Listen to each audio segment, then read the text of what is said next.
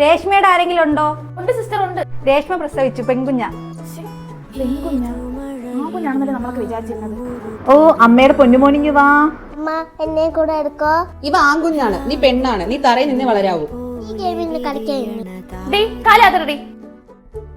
പെമ്പിള്ളേരാരും കാലമേ വെച്ചിരിക്കൂല. ഞാൻ ടൂറിന് പോകുന്നു പറഞ്ഞാൽ പോവും. ശബ്ദം കുറച്ച് സംസാരിക്കടി. പെമ്പിള്ളേരാരും ശബ്ദം സംസാരിക്കൂല. പെമ്പിള്ളേര് സംസാരം ഈ വീട്ടിന്റെ 4 ചുമലിൽ മാത്രമേ കേൾക്കാവുള്ളൂ. അമ്മയുടെ സൗണ്ട് ഇപ്പൊ 4 ചുവരിന് പുറത്തേക്കുന്നുണ്ടല്ലോ. പ്രസവിക്കാൻ പെണ്ണ് വേണം, ഈ ലോകത്തെ വേദന മൊത്തം അനുഭവിക്കാൻ പെണ്ണ് വേണം. എന്നൊരു പെൺകുഞ്ഞിനെ കൊടുത്താലോ ആർക്ക് സ്വീകരിക്കാനും വയ്യ.